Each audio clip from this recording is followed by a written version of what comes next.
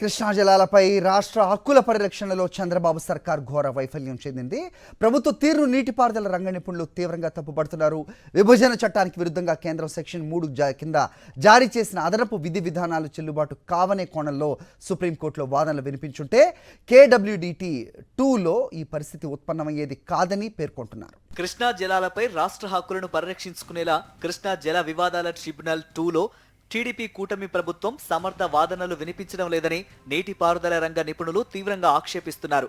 అంతరాష్ట్ర నదీ జల వివాదాల చట్టం 1958 సెక్షన్ 3 ప్రకారం కేంద్రం జారీ చేసిన తాజా విధి విధానాలు ఆంధ్రప్రదేశ్ పునర్విభజన చట్టానికి విరుద్ధమని స్పష్టం చేస్తున్నారు. ఒకవేళ సెక్షన్ 3 ప్రకారం కృష్ణా జలాలను పంపిణీ చేయాలంటే ఆంధ్రప్రదేశ్ పునర్విభజన చట్టం 2014ను సవరించాల్సి ఉంటుందని పేర్కొంటున్నారు. ఆ చట్టానికి సవరణ చేసే అధికారం పార్లమెంటుకు మాత్రమే ఉందని గుర్తు చేస్తున్నారు. ఈ నేపథ్యంలో విభజన చట్టాన్ని సవరించకుండా సెక్షన్ 3 ప్రకారం జారీ చేసిన విధి విధానాలను అనుసరించి విచారణ చేయడానికి వీల్లేదనే కోణంలో వాదనలు వినిపించకుండా కూటమి ప్రభుత్వం ఎందుకు విస్మరించిందని నిపుణులు తప్పుబడుతున్నారు.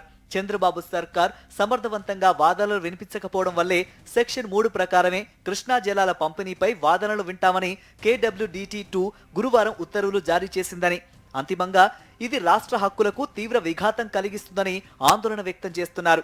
తొలుత 2 కళ్ల సిద్ధాంతంతో రాజకీయ ప్రయోజనాల కోసం, ఆ తర్వాత ఓటుకి కోట్లు కేసుతో వ్యక్తిగత లబ్ధి కోసం 2014 నుంచి 2019 మధ్య కృష్ణా జలాలపై రాష్ట్ర హక్కులను చంద్రబాబు ప్రభుత్వం తెలంగాణకు తాకట్టు పెట్టిన తరహాలోనే ఇప్పుడు కూడా వ్యవహరిస్తోందని మండిపడుతున్నారు. కృష్ణా నదిలో 75% లభ్యత ఆధారంగా ఉమ్మడి ఆంధ్రప్రదేశ్ కు అప్పటికీ పూర్తయిన ప్రాజెక్టులు, నిర్మాణంలో ఉన్న ప్రాజెక్టులు, ప్రతిపాదనలో ఉన్న ప్రాజెక్టులకు 811 టీఎంసీలను కేటాయిస్తూ 1976 మే 27న KWDT 1 తీర్పు ఇచ్చింది.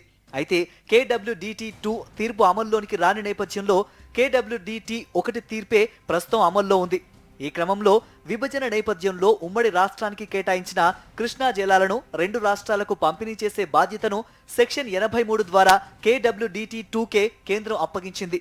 2 రాష్ట్రాలకు నీటి లెక్కలను ట్రిబ్యునల్ తేల్చే వరకు KWDT 1 ప్రాజెక్టుల వారీగా చేసిన కేటాయింపులను ఆధారంగా చేసుకుని ఆంధ్రప్రదేశ్కు 512, తెలంగాణకు 299 టీఎంసీలను కేటాయిస్తూ 2015 జూలై 18, 19న కేంద్రం తాత్కాలిక సర్దుబాటు చేసింది. అదే విధానంలోనే 2023-24 వరకు కృష్ణా బోర్డు 2 తెలుగు రాష్ట్రాలకు నీటిని పంపిణీ చేస్తోంది. అయితే ISRWDA 1956 సెక్షన్ 3 ప్రకారం కృష్ణా జలాలను 2 రాష్ట్రాలకు పునః పంపిణీ చేయాలని తెలంగాణ సర్కార్ జలశక్తి శాఖకు లేఖ రాసింది. దీనిపై ఏపీ ప్రభుత్వం అభ్యంతరాలను బేఖాతరు చేస్తూ 2023 అక్టోబర్ 6న కేంద్ర జలశక్తి శాఖ KWDT 2కు అదనపు విధి విధానాలను జారీ చేసింది. వాటిని సవాల్ చేస్తూ 2023 అక్టోబర్ 31న సుప్రీంకోర్టులో అప్పటి వైఎస్ఆర్సీపీ ప్రభుత్వం రిట్ పిటిషన్ దాఖలు చేసింది. ఆ పిటిషన్ను సుప్రీంకోర్టు విచారిస్తోంది. అయితే సుప్రీంకోర్టులో రిట్ పిటిషన్ పై సమర్థంగా వాదనలు వినిపించడంలో సీఎం చంద్రబాబు ప్రభుత్వం చిత్తశుద్ధితో వ్యవహరించడం లేదని నీటిపారుదల రంగ నిపుణులు తప్పుబడుతున్నారు.